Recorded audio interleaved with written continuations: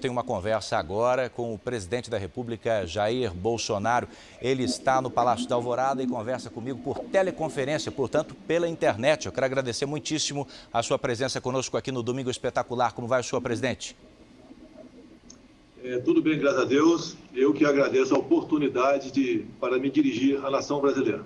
Presidente, nós estamos vivendo o primeiro fim de semana de uma quarentena voluntária, que nos próximos dias pode ser, inclusive, obrigatória em alguns estados do país. As famílias brasileiras estão lhe assistindo nesse momento de casa, muitas delas isoladas. Médicos infectologistas, presidente, dizem que o governo, de alguma forma, demorou a reconhecer a gravidade da situação que estamos vivendo. O que o senhor tem a dizer sobre isso?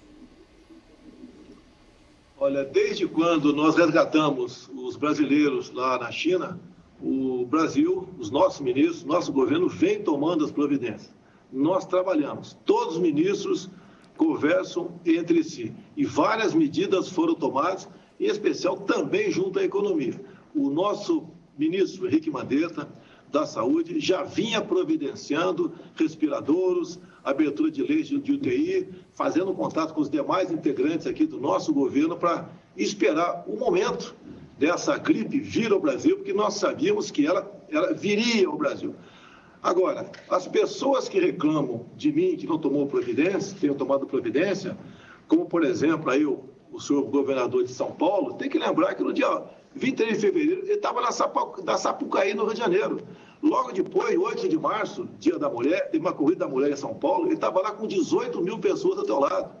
No dia seguinte, estava o lançamento da CNN com 1.300 pessoas do seu lado. Então, no que nós estamos vivendo? Nós não podemos politizar isso aqui. Só falei isso porque eles me atacam constantemente. Tá? Eu entendo, mas, presidente, sobre esse aspecto, para aproveitar o que o senhor está dizendo. É uma preocupação de todos nós buscar solução para o caso e atenuar o problema que já começou e sabendo que tem um prazo para aumentar e depois regredir e voltar à normalidade. Mas aproveitando o gancho que o senhor acaba de me dar nessa sua resposta, na posição destes governadores, o senhor teria estimulado o cancelamento, a suspensão do carnaval?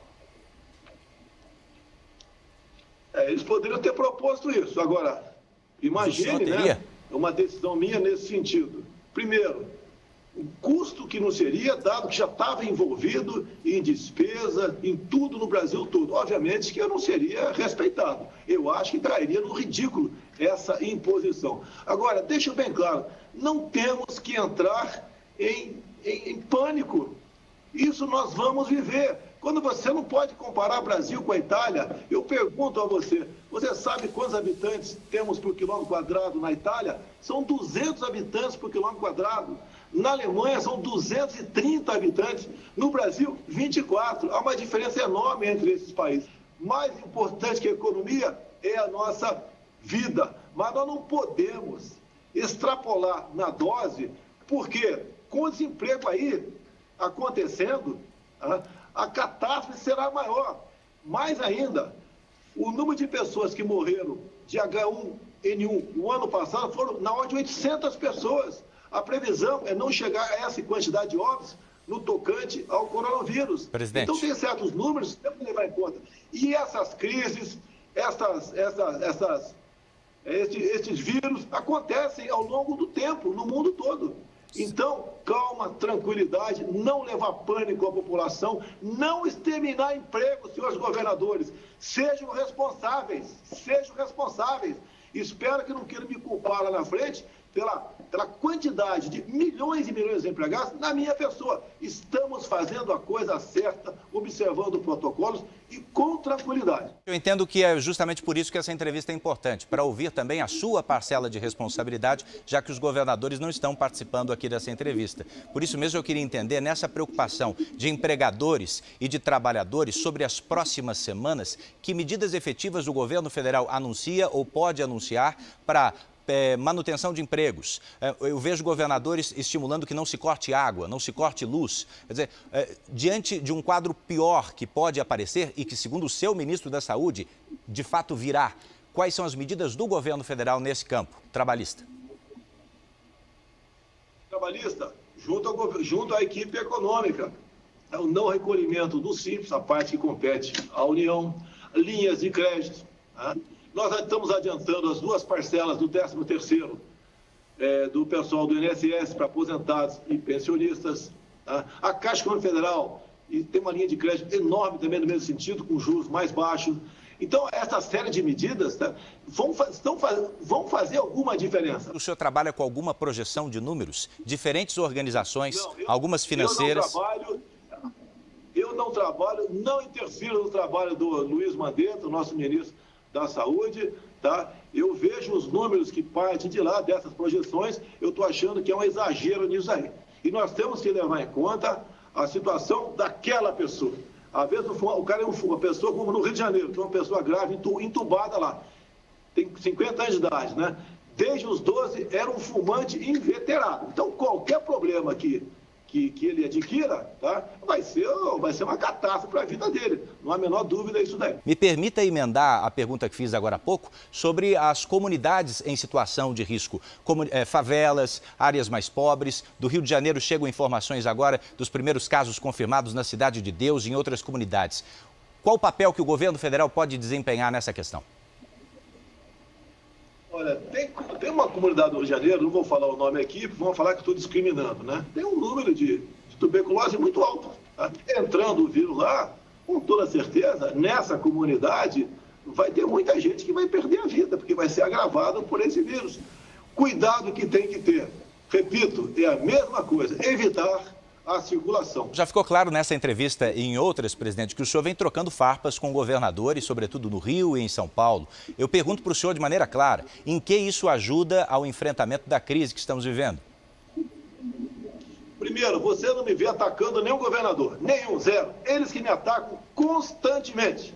Fogem da sua responsabilidade e atacam o governo federal. O senhor chamou um deles de lunático? Por parte deles, que não começou agora, não. É desde o início do ano passado que eles me atacam. Assim como a grande mídia, com raras exceções, me ataca constantemente. E digo mais, brevemente, né, o povo saberá que foram enganados por esses governadores e por grande parte da mídia nessa questão do coronavírus. Já que estamos no ambiente político, o senhor percebeu ao longo dessa semana panelaços a favor do governo, contra o governo. O senhor disse que considera essas manifestações democráticas e as respeita, mas eu gostaria de saber de sua parte, o que de concreto o senhor pensa em fazer para resgatar a confiança daquela pessoa que não está concordando com a sua postura diante dessa crise? Não estou preocupado com a minha popularidade, se vou estar bem ou não. Até porque ninguém acredita em pesquisa no Brasil, não estou preocupado com isso. Esses panelaços foram incentivados, né, antes de acontecer, pela Globo. A TV Globo botou várias vezes no ar dizendo que naquele dia, no dia seguinte, teve uma manifestação contra o presidente Jair Bolsonaro, endossada pela revista Veja, que fez campanha também, entre outros órgãos de imprensa. É uma campanha deslavada, é uma campanha descomunal, absurda, contra o chefe de Estado, que simplesmente, né, teve a coragem de cortar a propaganda dessas grandes empresas. Acabou a mamata para eles, querem me tirar de qualquer maneira.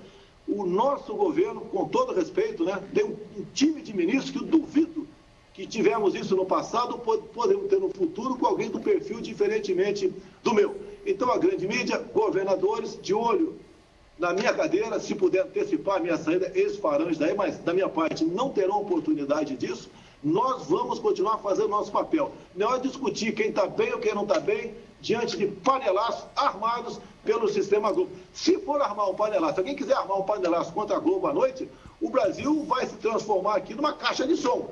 Tá? Exatamente diferente do que eles pregam, acontece com o meu governo. Estamos fazendo nosso trabalho despreocupados com a minha popularidade. A minha popularidade é o que menos interessa. Eu quero, se Deus quiser, no futuro, entregar um Brasil muito melhor para quem me suceder do que eu peguei em janeiro do ano passado. Me permita trazer de volta o assunto para essa crise, para a pandemia que estamos vivendo. Vamos falar da vida das pessoas. O senhor falou aqui sobre os receios em relação a desabastecimento. O que o governo federal tem feito para enfrentar isso, para lidar com isso? É se preparando, como? Comprando equipamento hospitalar, fazendo videoconferências, conversando. Daqui a pouco eu tenho hoje, domingo, uma videoconferência com o governador, com o prefeito de 20 grandes cidades, ao lado do ministro da Saúde, vendo o que eles precisam. Estamos fazendo um contato direto com os prefeitos, porque é lá é que o povo vive, e não na fantasia de alguns governadores. Então, esse é o nosso trabalho, e acalmar a população. Evitar que o pânico chegue no meio da população, porque as consequências serão dramáticas, serão trágicas. E, no momento, já temos um problema. Os governadores são verdadeiros exterminadores de emprego.